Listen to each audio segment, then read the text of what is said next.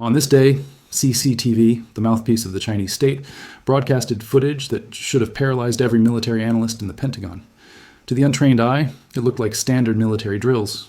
Tanks rolling over dusty terrain, soldiers storming beaches, the usual projection of strength. But the devil, as always, was in the details. These weren't generic exercises. The Red Force, representing the People's Liberation Army, was conducting a massive coordinated simulation against the Blue Force, the unmistakable stand-in for the United States military. What made this broadcast terrifying wasn't the weaponry, it was the geography. The maps clearly designated the theater of operations. They weren't fighting for Taiwan. They weren't fighting for the South China Sea. The scenario was an amphibious invasion of the Gulf of Mexico, the Caribbean Sea, and the immediate coastlines of the southern United States. For the first time in modern history, a rival superpower was publicly practicing a war on America's doorstep. The simulation assumed that Chinese forces had already secured logistical footholds in the Gulf of Cuba and the Caribbean Basin. From there, the jump to the coasts of Florida or Texas is negligible. It's a matter of hours, not days. This broadcast was a message, subtle as a sledgehammer, delivered straight to Washington. The message was simple.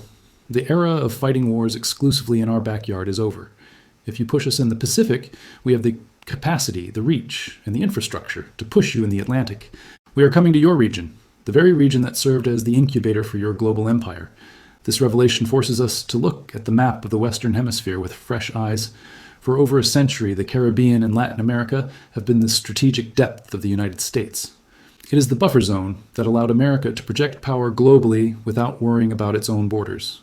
But that security relies on a single assumption, that no other great power has a foothold there. That assumption is now dead. The Chinese military simulation in Chongqing wasn't fantasy. It was based on a new reality on the ground. When American naval forces attempt to move from the Atlantic to the Pacific to counter a threat in Asia, they must pass through the Panama Canal and the Caribbean choke points. The Chinese strategy is now clear. They don't need to defeat the U.S. Navy in the Pacific if they can bottle it up in the Caribbean. And they plan to do this not just with warships, but with a weapon far more insidious and difficult to counter, commercial infrastructure. This brings us to the silent conquest. While the media focuses on balloons and spy scandals, Beijing has been executing a 20-year master plan to integrate Latin America into its economic orbit so tightly that military presence becomes a natural byproduct. We need to talk about the backyard concept. Latin America, encompassing everything from the Rio Grande in Mexico down to the tip of Tierra del Fuego, has historically been the playground of American influence. Washington controlled the politics, the economics, and the military alliances of this region with an iron grip. But in the early 2000s, China made a conscious strategic decision to dismantle that grip. They didn't do it with coups or invasions. They did it with a checkbook. Today, China is the largest trading partner for South America, having officially dethroned the United States. If you include Mexico and Central America, the gap is closing at a rate that is statistically impossible to reverse without a cataclysmic shift in global economics. Chinese state-owned enterprises are now the primary investors in energy grids, telecommunications, space exploration, and most critically, ports. The empire China is building in Latin America is an empire of logistics. They are controlling the veins and arteries of the continent's economy. Let's focus on the maritime aspect, because this is where the economic and military threats intersect most dangerously. A recent interactive study by the Center for Strategic and International Studies, CSIS, painted a picture that looks less like a trade map and more like a siege plan. The study identified 37 specific ports across Latin America and the Caribbean that are either owned, operated, or significantly funded by Chinese entities. On a map, these ports look like a noose tightening around the American continent. The CSIS categorized these ports by risk level. The red-level ports, the ones that pose a direct critical threat to U.S. national security, are strategically located at the most vulnerable choke points of the Western Hemisphere. We are talking about the Port of Kingston in Jamaica, the Port of Manzano in Mexico, and the Port of Veracruz in Mexico. Why are these specific locations keeping U.S. admirals awake at night? Because they control the approaches to the Panama Canal and the Gulf of Mexico. The Port of Kingston, for example, is a massive transshipment hub. It sits right in the middle of the sea lanes that every U.S. Navy vessel must use to transit between the Atlantic and the Pacific. By controlling the terminal, China controls the logistics. They decide which ships get priority. They control the pilots who navigate the harbors. And perhaps most importantly, they control the data. Modern ports are not just concrete and steel. They are digital hubs. the software that manages the cranes, the tracking systems that monitor the containers, and the communications networks that link the port to the world are often provided by Chinese technology firms like Huawei or Logink, a Chinese state-backed logistics platform. This gives Beijing what military planners call informational dominance. They can theoretically see into the supply chains of the United States. They know what is moving, where it is going, and when it will arrive. In a conflict scenario, this intelligence is priceless. It allows them to anticipate American movements and potentially disrupt the logistical tail that supports the U.S. military's teeth. Furthermore, there is the concept of dual-use infrastructure. This is the brilliance of the Chinese model. The U.S. builds military bases. China builds commercial ports that can become military bases. The piers at these 37 ports are built to handle the largest container ships in the world. By definition, if a pier can handle a 200,000-ton container ship, it can handle a Chinese aircraft carrier or a destroyer. They don't need to build a separate naval base in Jamaica or Peru. They have already built it disguised as a commercial terminal. The People's Liberation Army Navy plan can utilize these facilities for refueling, repairs, and resupply under the guise of commercial agreements. This creates a shadow fleet of logistical support points right in America's backyard. Without the diplomatic fallout of officially announcing a military alliance, the threat escalates further when we consider the weaponization of commercial shipping itself.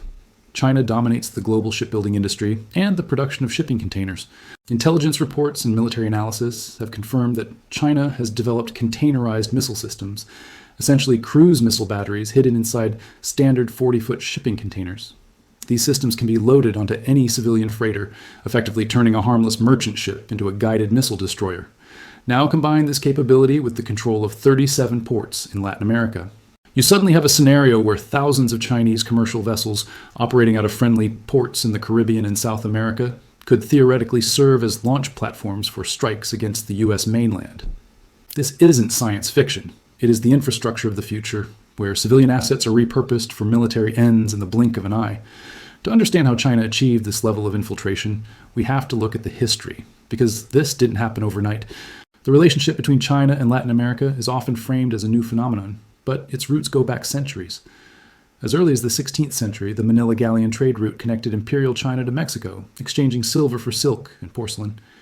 In the 19th century, following the abolition of slavery, hundreds of thousands of Chinese laborers, often referred to as coolies, were brought to Cuba, Peru, and the Caribbean to work the sugar plantations and guano mines. They built the railroads and the agricultural backbone of these nations. This created deep, albeit often overlooked, cultural and demographic ties. There are significant populations of Chinese descent in Lima, Havana, and Panama City who have been part of the social fabric for generations. However, the political pivot began in 1972. Following President Richard Nixon's historic visit to Beijing, Latin American nations began to switch diplomatic recognition from Taiwan to the People's Republic of China. But for decades, this was merely a diplomatic formality. China was poor, inward-looking, and had little to offer economically. The real acceleration began in 2001, when China joined the World Trade Organization. This was the spark that ignited the explosion. In the year 2000, China absorbed less than 2% of Latin America's exports. The region was firmly in the pocket of the United States and Europe. But as China's economy began its meteoric rise, its hunger for raw materials became insatiable. They needed everything Latin America had to offer, and they were willing to pay premium prices without asking questions about human rights or fiscal austerity. The trade numbers tell the story of a conquest. From 2000 to the present day, trade between China and Latin America has grown at an average annual rate of 31%. In 2024, the total trade volume reached an eye-watering $518 billion. Projections suggest this will hit at least $700 billion by 2035. This isn't just growth, it's a gravitational shift. China is sucking the raw materials out of the continent. Copper from Chile, soy from Brazil, oil from Venezuela, beef from Argentina, and flooding the markets with high-tech, low-cost manufactured goods. The Chinese have moved up the value chain. They aren't just selling cheap plastic toys anymore. They are selling cars, buses, heavy machinery, and smartphones that are high quality and affordable, undercutting Western competitors who simply cannot compete on price. Take Chile as a prime example. In 2295, Chile exported $38 billion worth of goods to China. That represents nearly 40% of all Chilean exports. Think about the leverage that gives Beijing. If China decides to stop buying Chilean copper tomorrow, the Chilean economy collapses. This economic dependency translates directly into political compliance. We see similar patterns in Peru and Brazil. But China didn't just buy goods, they bought loyalty through debt. Since 2005, Chinese state banks have issued over $130 billion in loans to Latin American governments. These loans were strategically targeted. $60 billion went to Venezuela, securing oil access for decades. $30 billion went to Brazil. Crucially, these loans are often backed by commodities, meaning the countries pay China back in oil or minerals, locking them into a long-term supply relationship. It is a brilliant mechanism. China lends the money to build the infrastructure using Chinese companies and workers, and the country pays back the loan with the natural resources China needs to fuel its industries. The money leaves China, circulates through a Chinese construction firm, and comes back to China in the form of oil. The Latin American country gets a dam or railway, but they also get a shackle. In recent years, the focus has shifted from general infrastructure to the strategic minerals of the future. We need to talk about the lithium triangle. This is the region bordering Argentina, Bolivia, and Chile, which holds approximately 50% of the world's known lithium reserves. Lithium is the new oil. It is the essential component for the batteries that power electric vehicles, smartphones, and modern military hardware. The country that controls the lithium supply controls the energy transition of the 21st century. While the United States was debating climate policy, China was buying the mines. Chinese firms have aggressively acquired stakes in lithium projects across the triangle. They are building the processing plants and the battery factories on the ground. This vertical integration means that even if a U.S. car company wants to build an electric vehicle, the battery inside it will likely have a supply chain that traces back to a Chinese-owned mine in the Andes. This economic dominance has allowed China to achieve one of its core political goals, the isolation of Taiwan. For Beijing, the One China policy is non-negotiable. They refuse to have diplomatic relations with any nation that recognizes Taiwan as a sovereign state. Latin America and the Caribbean were historically the last strongholds of Taiwanese support. But the checkbook diplomacy has dismantled that support brick by brick. In 2023, Honduras severed ties with Taiwan and established relations with Beijing, lured by the promise of mega infrastructure projects. The Central American Parliament recently voted to expel Taiwan and replace it with China. This is not just symbolic. It is a strategic encirclement. It removes Taiwan's international legitimacy and demonstrates to the world that American allies can be bought if the price is right. Perhaps the most alarming frontier of this expansion is space. This is a topic that rarely makes the headlines, but it is critical. China has built a series of space tracking stations across South America, most notably in the Neuquén province of Argentina. This facility, operated by the Chinese military, features a massive deep space antenna. The agreement with the Argentine government effectively cedes sovereignty over the station's territory to China for 50 years. Argentine officials have little to no oversight of what happens inside.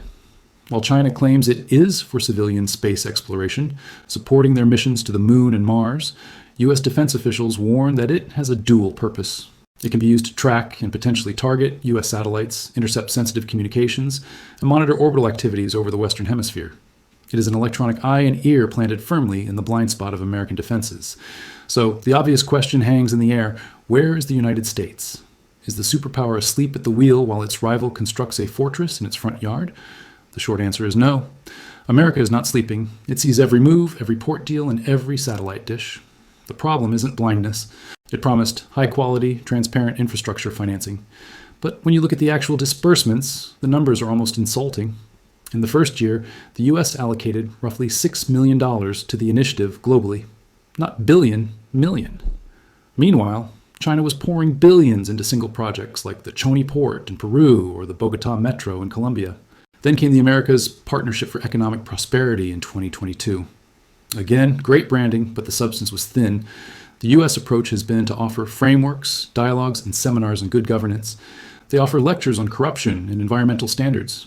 China, on the other hand, offers bulldozers, engineers, and cash with no political strings attached. As one Latin American diplomat famously put it, the Americans give us lectures, the Chinese give us bridges. In a region desperate for modernization, the bridge wins every time. The second track of the U.S. strategy is the warning game.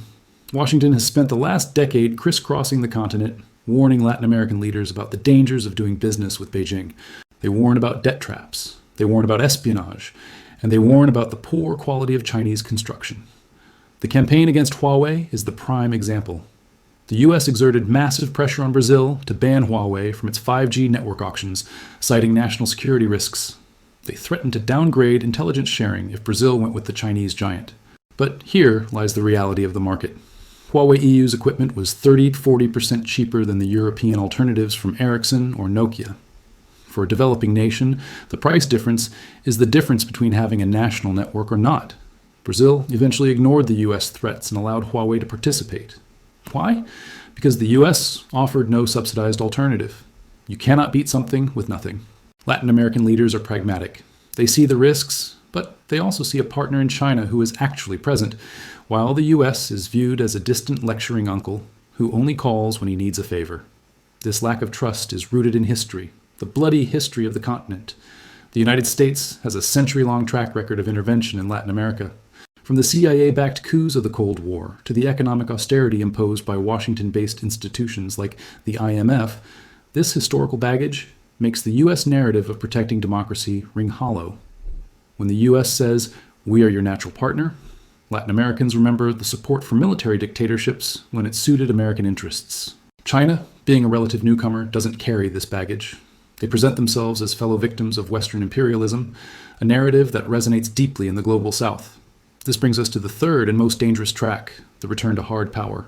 Realizing that economic initiatives are too little, too late, and that diplomatic warnings are being ignored, factions within the U.S. establishment are pushing for a return to the big stick diplomacy of the Theodore Roosevelt era.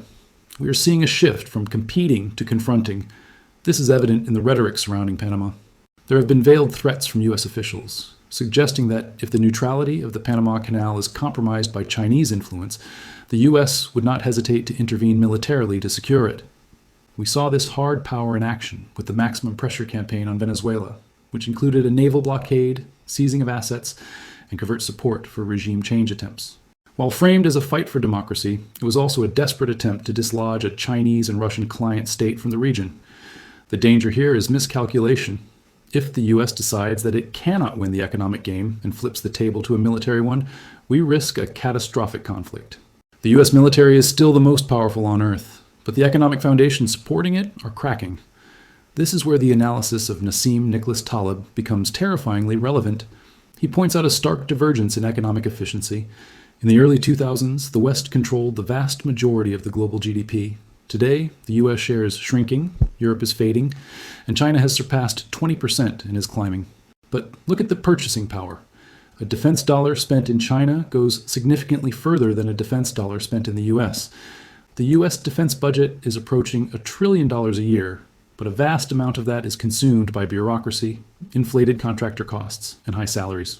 China spends about a third of that on paper, but because their labor and material costs are so low, their actual procurement capability is nearly equal. A Chinese destroyer costs a fraction of an American Arleigh Burke-class destroyer.